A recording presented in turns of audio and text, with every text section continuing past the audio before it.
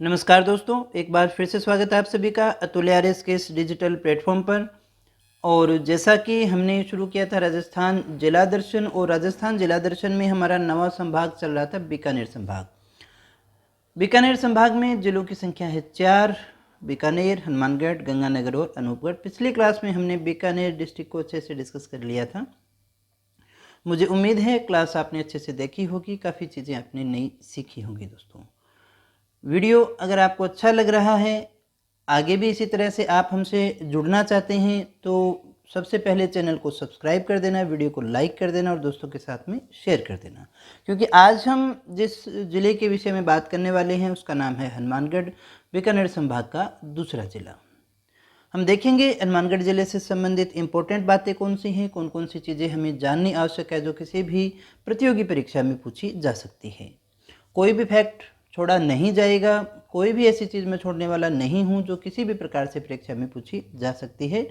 एक आउटलुक हम इसका ले लेंगे और उसके बाद में जो भी, हालांकि हिस्टोरिकल जो भी चीज़ें रहेंगी या ज्योग्राफिकल जो रहेंगी किसी भी ज़िले की, तो वो तो फिर फुल जो हमारी ज्योग्राफी की क्लास है, हिस्ट्री की क्लास है, वहीं डिस्कस होता है। लेकिन यहाँ से आपको बहुत ज़्यादा हेल्प होगी जब आप नए ज़िलों का पुनर्गठन होने के बाद में जब आप इस जीके को पढ़ रहे होंगे। तो चलिएगा बात करें हनुमानगढ़ डिस्ट्रिक्ट की। तो हनुमानगढ़ डिस्ट्रिक्ट में सबसे पहले हम बात करें हनुमानगढ़ की स्थापना की। तो स्थापना में हम दो चीज़ों को डिस्कस करेंगे। एक तो इसका ऐतिहासिक, यानी हनुमानगढ़ कब बसा। दूसरा ये कि इसको ज़िले का दर्जा कब दिया गया है। दोस्तों, आधुनिक रूप में ज़िला है। पहले देखिएगा, इसकी स्थापना के विषय में बात करें तो इसकी स्थापना के लिए समय आता है 285 ईस्वी। समय था 285 ईस्वी का, और शासक थे भाटी शासक भूपत भाटी। कहाँ के? जैसलमेर के भूपत भाटी शासक थे 285 ईस्वी में। इन्होंने इस स्थान पर घग्गर नदी के बाएं तट पर एक दुर्ग की स्थापना की जिसे भटनेर दुर्ग के नाम से जाना जाता है। और भटनेर दुर्ग को बनाने के साथ ही इन्होंने भटनेर की स्थापना की थी। दोस्तों, तो अगर आपसे पूछा जाए कि भटनेर की स्थापना या भटनेर के किले का निर्माण कब हुआ, तो 285 ईस्वी में हुआ था, जैसलमेर के भाटी शासक भूपत भाटी के द्वारा। इन्हीं का शासन रहा, बहुत लंबे समय तक रहा। अब बात आती है 1805 के आसपास की। तब बीकानेर के शासक हुआ करते थे सूरत सिंह। सूरत सिंह जो है वो भाटियों को हरा देते हैं युद्ध के अंदर, और इस स्थान पर अपना अधिकार कर लेते हैं, भटनेर पर अपना अधिकार कर लेते हैं। अब चूंकि ये जो घटना हुई, ये जो विजय हुई, वो होती है मंगलवार के दिन। किस दिन होती है दोस्तों? मंगलवार के दिन। और मंगलवार के दिन होने के कारण यहाँ एक मंदिर भी स्थापित किया जाता है, और मंगलवार के दिन विजय होने के कारण भटनेर का नाम ही परिवर्तन करके हनुमानगढ़ कर दिया जाता है। दोस्तों, देखिएगा, इतना जो है एक अलग सा नाम आपको यहाँ पर मिलेगा जो किसी देवता के नाम पे किले का नाम रखा गया है।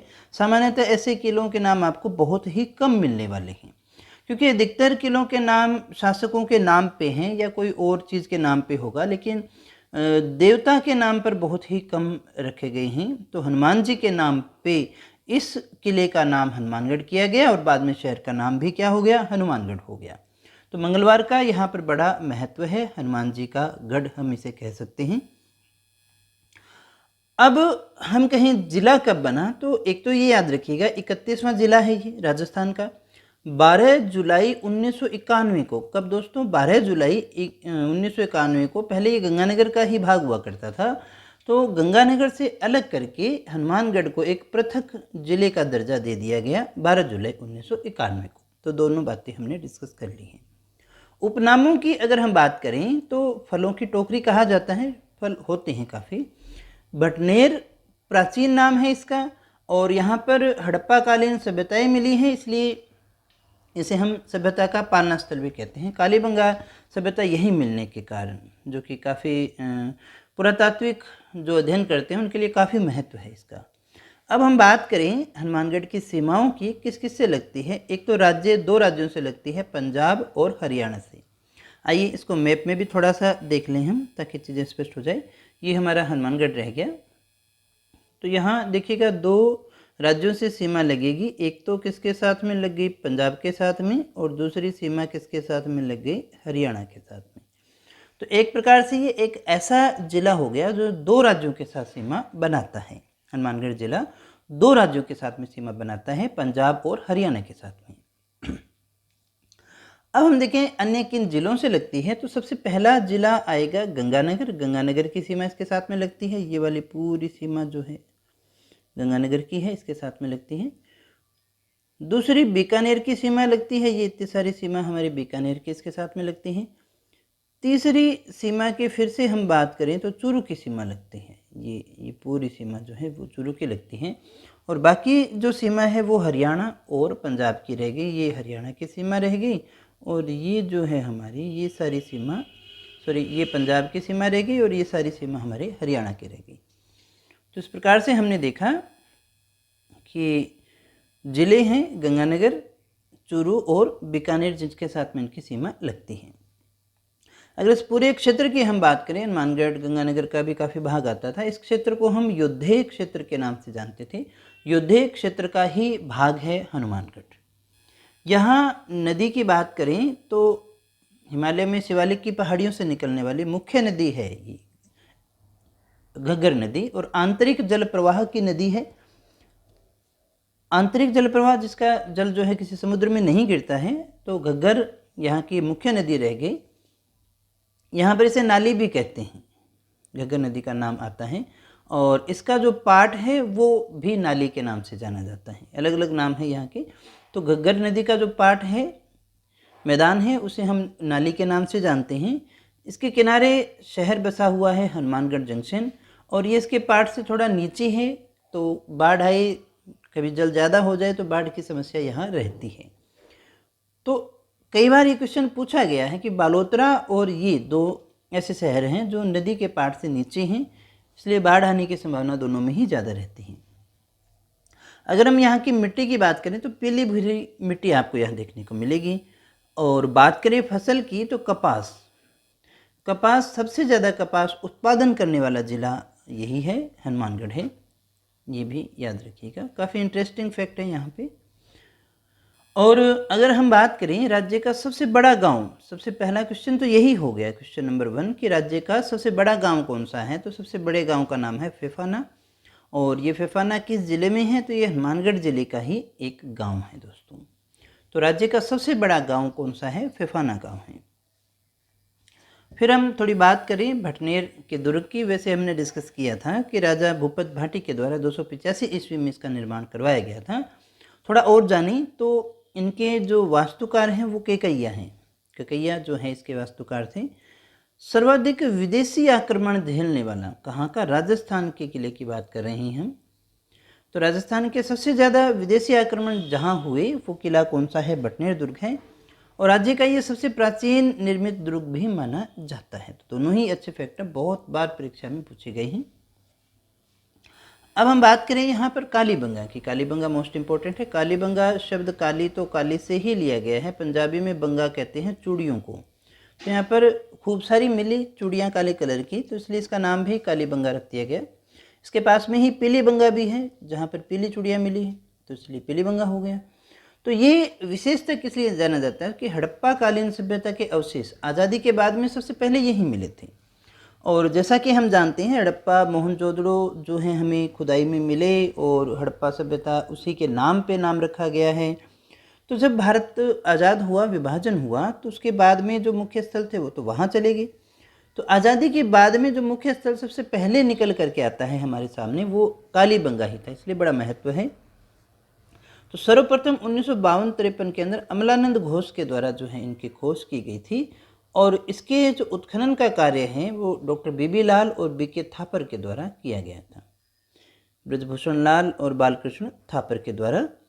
और अगर हम बात करें कि इसकी खोज सबसे पहले किसने की थी, तो लुइस पियो टेसिटोरी, एलपी टेसिटोरी के द्वारा इसकी खोज की गई थी। हड़प्पा कालीन सभ्यता के अवशेष यहाँ मिले। वैसे तो बहुत सी चीज़ें हैं, लेकिन हम कालीबंगा को नहीं पढ़ रहे हैं।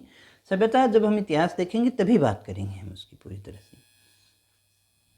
गोगा जी जो हैं हमारे लोक देवता मारवाड़ के, उसमें महत्वपूर्ण स्थान आता है गोगा जी की। तो गोगा मेड़ी जो है उन्हीं का मंदिर है यहाँ पर। तो मकबरे नुमा मंदिर यहाँ पर एक बना हुआ है, जो धुर मेड़ी भी है, ये जो गोगा मेड़ी है वो धुर मेड़ी कहलाती है दोस्तों। तो इसका निर्माण जो है वो फिरोज शाह के द्वारा करवाया गया था, संभवतः इसीलिए मकबरे जैसा बना होगा पहले। आधुनिक निर्माण की बात करें तो महाराजा गंगा सिंह जो थे, इन्होंने इसका आधुनिक निर्माण, वर्तमान जो अभी आप देखते हैं उस मंदिर का जो निर्माण है वो महाराजा गंगा सिंह जी के द्वारा करवाया गया था।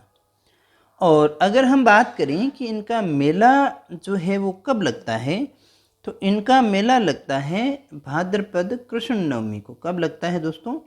भाद्रपद कृष्ण नवमी के दिवस पर जो है वो इनके मेले का आयोजन किया जाता है। इसके अलावा यहाँ पर ब्रह्माणी माता का मंदिर भी है, पल्लू में है ये ब्रह्माणी माता का मंदिर है। और यहाँ पर संग्रिया, संग्रिया काफ़ी इम्पोर्टेंट स्थान है, शिक्षा के लिए जाना जाता है। सर छोटूराम संग्रहालय है यहाँ पर। तो केशवानंद जी महाराज थे यहाँ पर, जिन्होंने शिक्षा के लिए बहुत सारा कार्य किया था। यहाँ पर ही है गोरखनाथ जी का मंदिर, तो गोगामेड़ी है, गोरखनाथ मंदिर भी है यहाँ पर। कालीबंगा पुरातात्विक संग्रहालय है, कालीबंगा जहाँ सभ्यता है वहाँ संग्रहालय भी है। 1983 में इसकी स्थापना की गई थी और ये कई बार क्वेश्चन पूछ लिया गया परीक्षा में। यहाँ पर शिला माता मंदिर, तो शिला माता और शिला पीर दोनों के नाम से जो है यहाँ पर पूजा कार्य किया जाता है। दोनों के लिए ही महत्व, हिंदू मुसलमान दोनों के लिए महत्व का स्थान रह गया शिला माता मंदिर। और ये जो है वो जाना जाता है चर्म रोग के लिए। कहते हैं कि यहाँ पर जो नमक जल चढ़ाया जाता था तो उसको लगाने से जो चर्म रोग हैं वो ठीक हो जाते हैं। फिर हम बात करें यहाँ पर प्रसिद्ध गुरुद्वारे की, तो कबूतर साहिब गुरुद्वारा यहाँ पर है, जिसका निर्माण 1730 में किया गया था। काफ़ी महत्व है इसका भी, क्योंकि गुरु गोविंद सिंह जी जब यहाँ से गुजर रहे थे तो उनका उत्सव या फिर हम सत्कार करने के लिए कह सकते हैं कि यहाँ पर जो है ये बनाया गया था। तो यहाँ इनका काफ़ी ज़्यादा लोगों ने सम्मान किया। तो यहाँ पर इसलिए क्या हुआ कि ये गुरुद्वारा महत्व रखता है। गुरु गोविंद सिंह जी जब देखिए नांदेड़ जा रहे थे तो उस समय यहाँ ठहरे थे, इसलिए काफ़ी इम्पोर्टेंट ये हो जाता है कबूतर साहब गुरुद्वारा। भद्रकाली माता का मंदिर भी है यहाँ पर, ये भी अपने आप में बहुत ऐतिहासिक महत्व भी है, धार्मिक महत्व भी है। घग्गर नदी के तट पे बना हुआ है और बिल्कुल बहुत बार ये घग्गर नदी आती है तो बेचारे यहाँ लोगों को पहुँचने में बड़ी समस्या का सामना करना पड़ता है, जल भर जाता है। तो ये भी अपना महत्व रखता है। भद्रकाली माता का मंदिर बहुत इम्पोर्टेंट मंदिर है। इसका जो निर्माण है वो बीकानेर शासक राम सिंह ने अकबर की इच्छा पूरी करने के लिए करवाया था दोस्तों। और पुनर्निर्माण यानी वर्तमान जो निर्माण हुआ है, तो चाहे भद्रकाली हो चाहे फिर देखिए गोगामेड़ी हो, दोनों का जो नया निर्माण है वो गंगा सिंह जी के द्वारा ही करवाया गया था। इसके अलावा तलवाड़ा झील, तो तलवाड़ा झील तो किस लिए जाना जाता है? टिब्बी तहसील का हनुमानगढ़ के पास में ही है। तलवाड़ा झील तो जो है वो तलवाड़ा झील के कारण ही जाना जाता है, यहाँ पर झील है। इंदिरा गांधी नहर परियोजना IGNP यहाँ पर भी है और ये राज्य में प्रवेश करती है यहीं से मसीता वाली हेड से, इसलिए इम्पोर्टेंट हो गया हनुमानगढ़। फिर देखिएगा यहाँ पर एक कार्यक्रम चलाया जा रहा है, इंडो डच जल निकासी कार्यक्रम। तो ये जो कार्यक्रम है किस लिए चलाया जा रहा है? इस एरिया की एक बड़ी समस्या है सेम की समस्या। इस एरिया की एक बड़ी समस्या है सेम की समस्या। एक तो यहाँ पर जिप्सम की अधिकता है और सिंचाई बहुत ज़्यादा होने लगी, इसके कारण सेम की समस्या हो गई है। सेम यानी एक भूमि जो है वो पानी ठहरने के कारण दलदली हो जाती है, जो रहने के लिए भी और फसलों के लिए भी बेकार हो जाती है, किसी काम में नहीं आती है। तो इस समस्या के निवारण के लिए ये जो कार्यक्रम है वो चलाया गया है नीदरलैंड के सहयोग से। इसके अंतर्गत क्या किया जाता है? पानी को ऑब्जर्व करने के लिए सफ़ेदे के पौधे का रोपण यहाँ पर किया जा रहा है।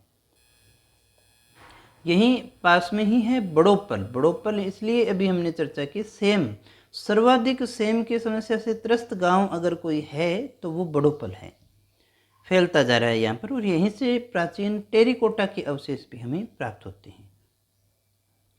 हनुमानगढ़ में ही है एक गांव सिलवाला खुर्द, ये खेलगढ़ कहलाता है क्योंकि यहाँ पर खिलाड़ी हर घर में है, बहुत खिलाड़ी हैं इसलिए। फिर हम बात करें एक और परियोजना की, तो यहाँ पर है सिद्धमुख नहर परियोजना, जो हनुमानगढ़ और चूरू की संयुक्त परियोजना है, ये भी याद रखिएगा।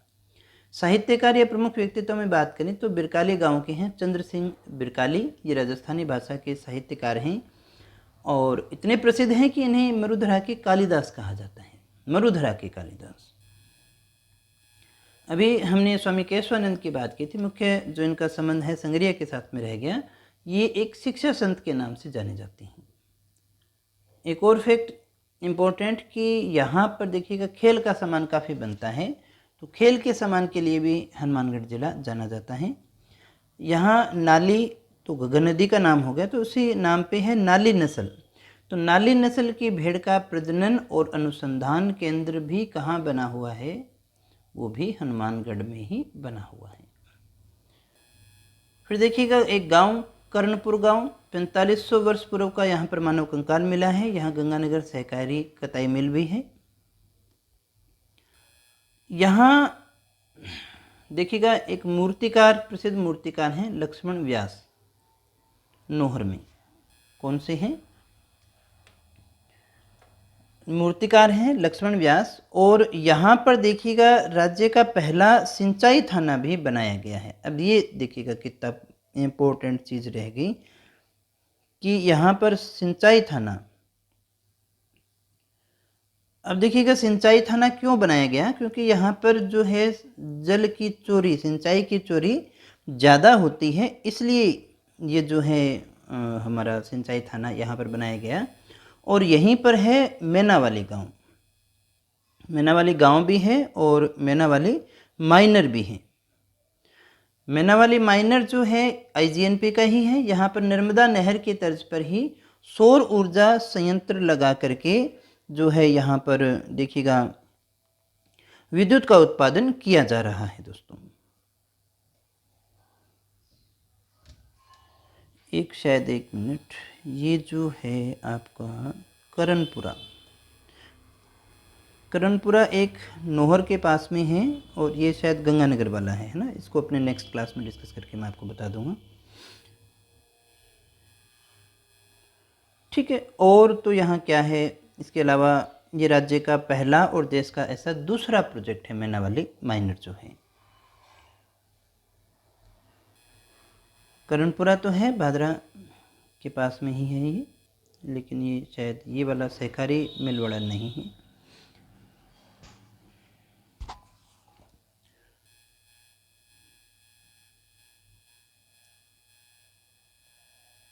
तो दोस्तों ये था हमारा हनुमानगढ़ ज़िला, जिसे हमने पूरे अच्छे से डिस्कस कर लिया है। सभी ज़रूरी चीज़ें हमने देख ली हैं, कुछ भी नहीं छूटा। अगर वीडियो सच में अच्छी लगी हो तो वीडियो को लाइक ज़रूर कीजिएगा, दोस्तों के साथ में शेयर ज़रूर कीजिएगा।